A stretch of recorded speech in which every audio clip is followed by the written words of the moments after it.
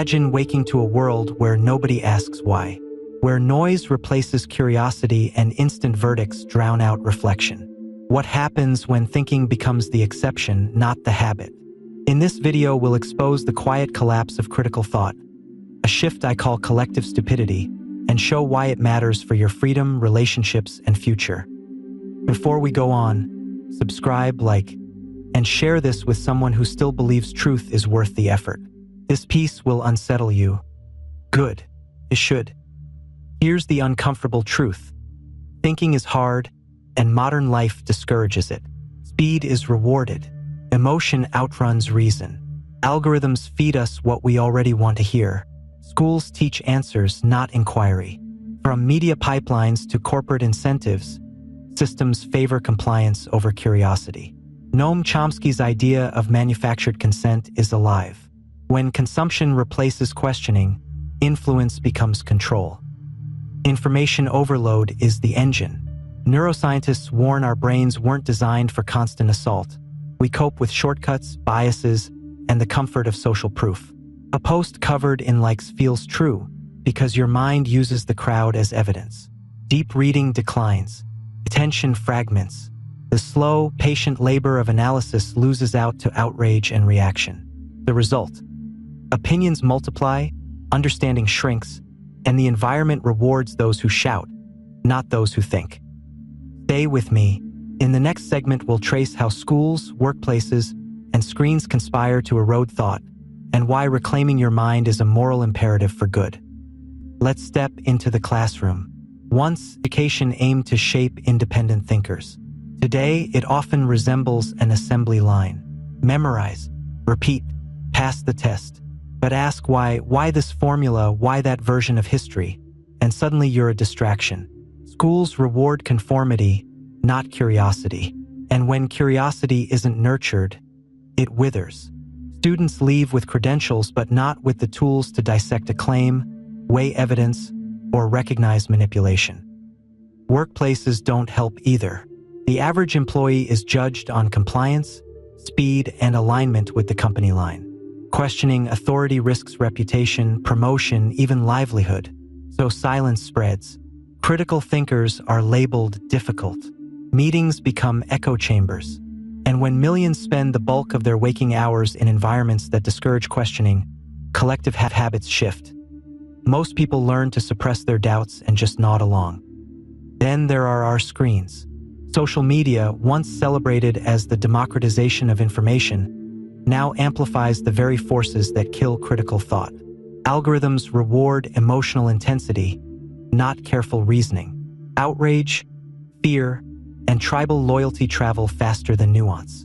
The dopamine hit of likes and shares reinforces quick, shallow reactions. Who has the patience to check sources when scrolling offers a constant flood of easy answers? Why wrestle with complexity when a meme offers certainty in a single sentence? This isn't accidental. Platforms profit from your attention, not your enlightenment. The longer you scroll, the more ads you see. The more polarized you become, the more predictable you are. And so collective stupidity isn't just a byproduct of distraction, it's a business model. But here's the irony. In a world drowning in data, genuine knowledge is both more precious and rarer than ever.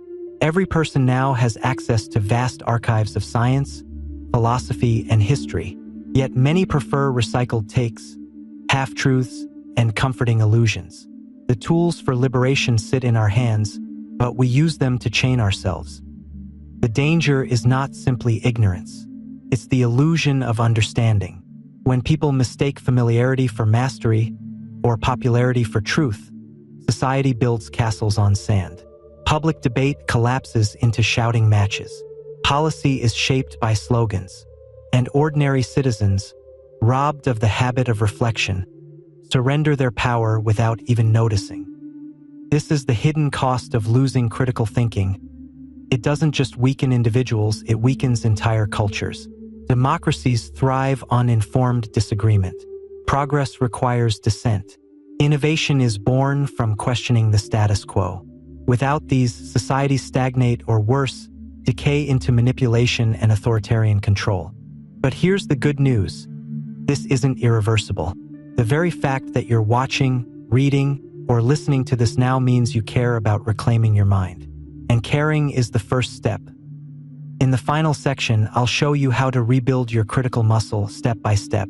Because the antidote to collective stupidity isn't cynicism. It's courage. Courage to pause, to question, and to think when the world begs you not to. So how do we fight back? How do we protect our minds from being swept away by the tide of collective stupidity? The answer isn't complicated, but it does demand commitment. The first step is slowing down. Before reacting, pause. Ask, is this true? How do I know? That brief hesitation interrupts the automatic loop of outrage and conformity. It reclaims the space for choice. Remember, thinking requires time, and time is the one resource modern life tries hardest to steal from you. Next comes questioning. Make it a habit to challenge the assumptions beneath every claim, even the ones that flatter your own beliefs. Ask, who benefits if I accept this? What evidence is missing? What would it mean if the opposite were true? Real critical thinking isn't about proving yourself right. It's about refusing to be fooled. Then seek diversity of thought. Surround yourself not only with people who agree, but also with those who force you to defend, refine, or even abandon your positions. Read outside your bubble. Follow voices that challenge your comfort zone. Yes, it's uncomfortable, but growth always is. Echo chambers feel safe, but safety can be a prison. Don't underestimate the power of deep reading. Articles, essays, books, the kind that demand more than a glance, train your brain for focus and analysis. Each page you wrestle with strengthens the very muscles that scrolling weakens. In an age of shallow attention, sustained focus is a revolutionary act. And finally, act with courage. It's one thing to think critically in private, another to voice it in public. But cultures change when individuals speak truth against noise. Even small acts of intellectual bravery, asking an unpopular question in class, challenging a weak claim in a meeting, refusing to share a misleading post, ripple outward. Courage is contagious.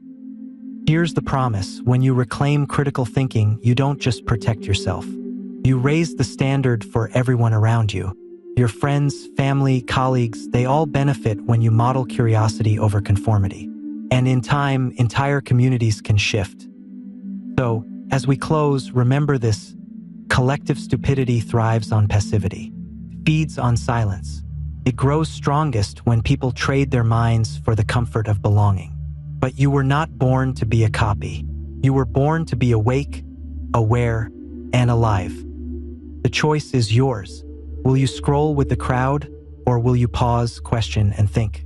That choice, multiplied by millions, determines whether our future is free or shackled by illusions. And if this message stirred something in you, don't let it fade. Share it. Start a conversation. Challenge a belief, even one of your own. Because in a noisy world desperate for reaction, true thinking is the most radical act of all. That is how we begin to reverse the rise of collective stupidity. That is how we bring critical thinking back to life.